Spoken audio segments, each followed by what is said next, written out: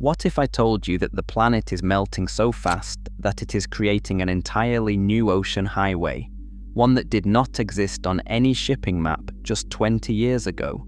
What if I told you that China is now sailing container ships filled with batteries, electric vehicles, and Christmas goods directly through the Arctic Ocean, shaving 2 weeks off the journey to Europe, while the ice literally disappears beneath the hull? And what if I told you that none of this is actually about saving time on shipping at all? This is the story of the Polar Silk Road, China's audacious plan to build a trade route across the top of the world. By the end of this video, you will understand why Beijing has spent billions partnering with Russia to carve a shipping lane through one of the most hostile environments on Earth. It will also explain why Washington sees this as one of the most significant shifts in global power in a century. For most of human history, the Arctic was a wall, not a physical barrier you could see, but something far more impenetrable, an endless expanse of crushing ice, freezing temperatures, and total darkness for half the year. There's a reason ancient mapmakers used to write here, "Be dragons in unexplored territories." The Arctic was the dragon. Ships that ventured too far north simply vanished. The ice would close in like a fist, trap the vessel, and crush it like an aluminum can. Here's a number that should get your attention.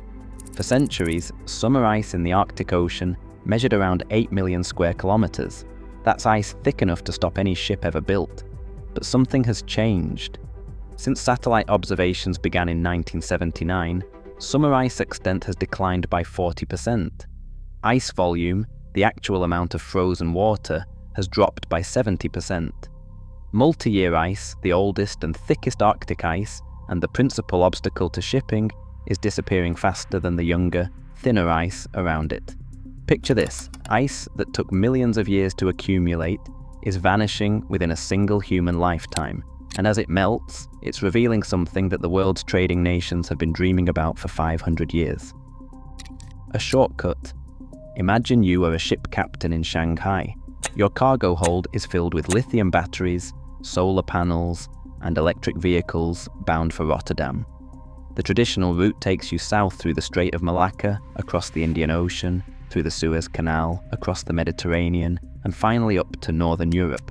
Total distance was approximately 21,000 kilometers.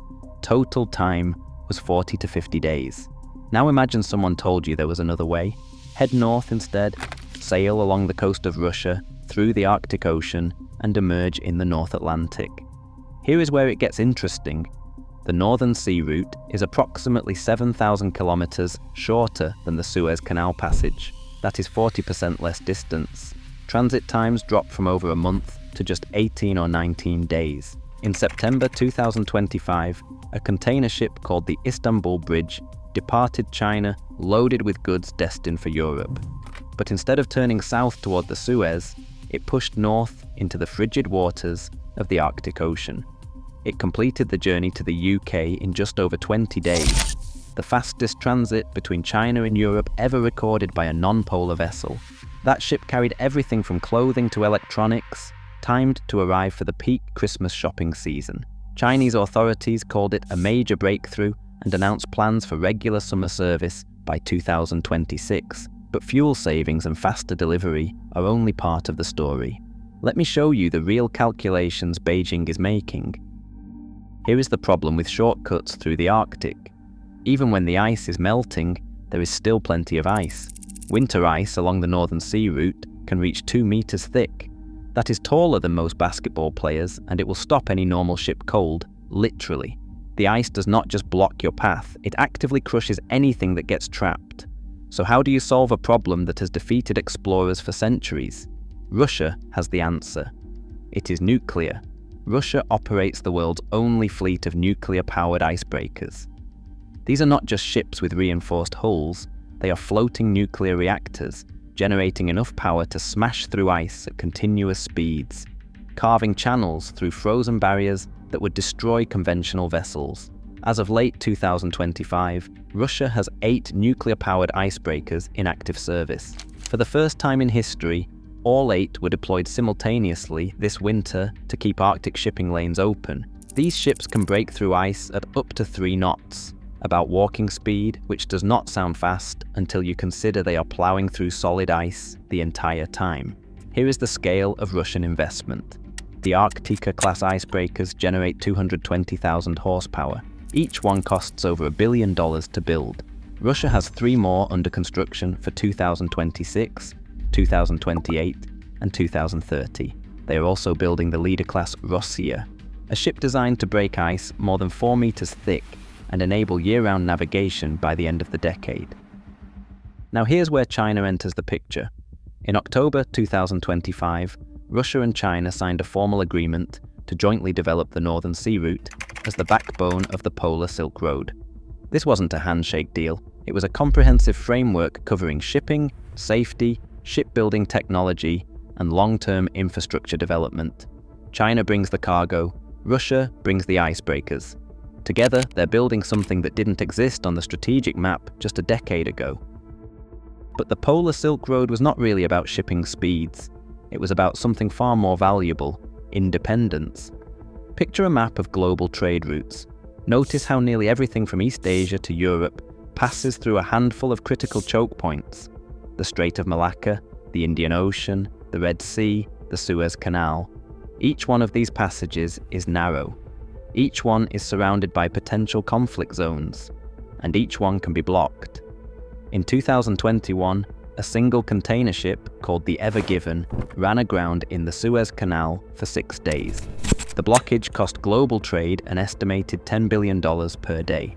That was an accident. Now imagine if it were not.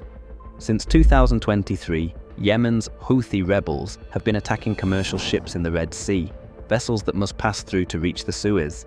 Major shipping companies have been forced to reroute around the Cape of Good Hope, adding weeks and millions of dollars to every voyage. For China, these choke points represent strategic vulnerability. The country exports over $465 billion in goods to Europe every 6 months. The European Union accounts for 13% of China's total foreign trade. If any critical passage were blocked, whether by accident, conflict, or deliberate action, it would hammer Chinese manufacturing and the global economy. The Arctic route cannot be blocked by a grounded ship. There is no canal with walls closing in. There are no narrow straits controlled by potentially hostile nations. It is open ocean, frozen open ocean, yes, but ocean nonetheless. This is what geopolitical analysts call route diversification. But that clinical term undersells the stakes. What China is really building is an insurance policy against the entire Western-dominated global trade architecture. And then there's the GIAS. China doesn't just want to ship goods through the Arctic, it wants what's underneath. The Yamal Peninsula in northern Russia holds one of the largest natural gas deposits on Earth. The Yamal LNG project can produce nearly 18 million tons of liquefied natural gas per year. Chinese companies hold significant stakes in this project. Chinese banks provided over 12 billion euros in financing. A second project, Arctic LNG 2, is designed to produce nearly 20 million tons annually. Together, these facilities represent a massive expansion of China's energy supply, delivered not through Middle Eastern shipping lanes or American-influenced waters, but directly across the top of the world from a strategic partner. Over half of China's natural gas comes from domestic production, but the remaining demand must be imported. Securing reliable supply from Russia diversifies China away from LNG sources that could be disrupted in a crisis. This is where the Polar Silk Road stops being about shipping and starts being about survival, energy security, trade security, independence from choke points that other powers control. Washington noticed. The 2024 Department of Defense Arctic Strategy placed People's Republic of China activities in the Arctic as the first item when discussing America's strategic environment in the region, ahead of Russian activities and ahead of collaboration between Russia and China. But here is the uncomfortable truth America is grappling with. The United States has 2 polar icebreakers. One of them, the Healy, suffered an onboard fire in 2024 that knocked it out of service. Russia operates over 40 icebreakers total, including 8 nuclear-powered vessels. The United States has no nuclear icebreakers, 0. The US Coast Guard says it needs at least 8 icebreakers to meet its Arctic and Antarctic missions. It currently operates 2. The lead ship of a new class is not expected until the early 2030s, and that program is already over budget and behind schedule. In response, the United States, Canada, and Finland announced the Ice Pact in 2024, a collaboration to share icebreaker technology and build new vessels together. It is a recognition that the West has fallen behind and is scrambling to catch up, but analysts warn that building icebreakers takes years. Developing the expertise to operate them safely takes longer. Russia and China have a decades-long head start. In August 2025, China's research icebreaker, Shulong 2, led a mission of 5 vessels that operated just 290 nautical miles from Alaska. The deployment drew immediate scrutiny in Washington. Scientific mission, perhaps, but it was also a demonstration that Chinese vessels can operate in America's backyard when they choose to. There's one more calculation that often gets lost in discussions of shipping lanes and strategic competition. The route only exists because the planet is warming. Every degree of temperature rise that opens Arctic passages also accelerates the melting of permafrost, releases stored methane, destabilizes coastlines, and drives weather extremes across the Northern Hemisphere. Black carbon emissions from icebreakers and ships contribute directly to Arctic warming. Dark particles settle on ice and absorb heat, accelerating melt. Increased shipping traffic threatens fragile marine ecosystems. Whale strikes, noise pollution, and oil spill risks multiply with every additional vessel. The Arctic route that China is racing to commercialize is, in a very real sense, a wound that the world cut into itself through decades of carbon emissions, and now nations are competing to profit from the injury.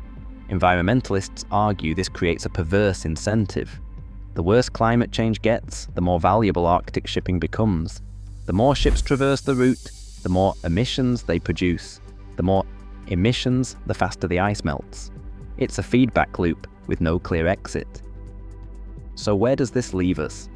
In October 2025, Russian and Chinese officials met in Harbin to approve a roadmap for creating a sustainable transport corridor through the Arctic.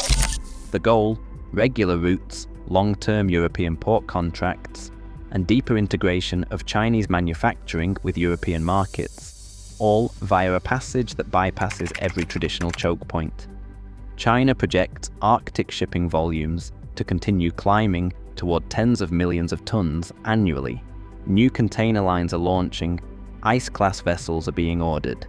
A new global economic corridor is coming online. One expert called it a game changer that will reorient trade flows between Asia and Europe. But whether it's a game changer for better or worse depends entirely on where you're standing. For Beijing, it represents energy security, trade independence, and a seat at the table in a region where China technically has no territory. For Moscow, it's a lifeline to Asian markets, while Western sanctions bite. For Washington, it's a strategic shift that demands a response, one that is coming years too late. And for the planet, the million-dollar question remains: can this be done safely? Can it be done sustainably? China thinks it can. The ice, meanwhile, keeps melting.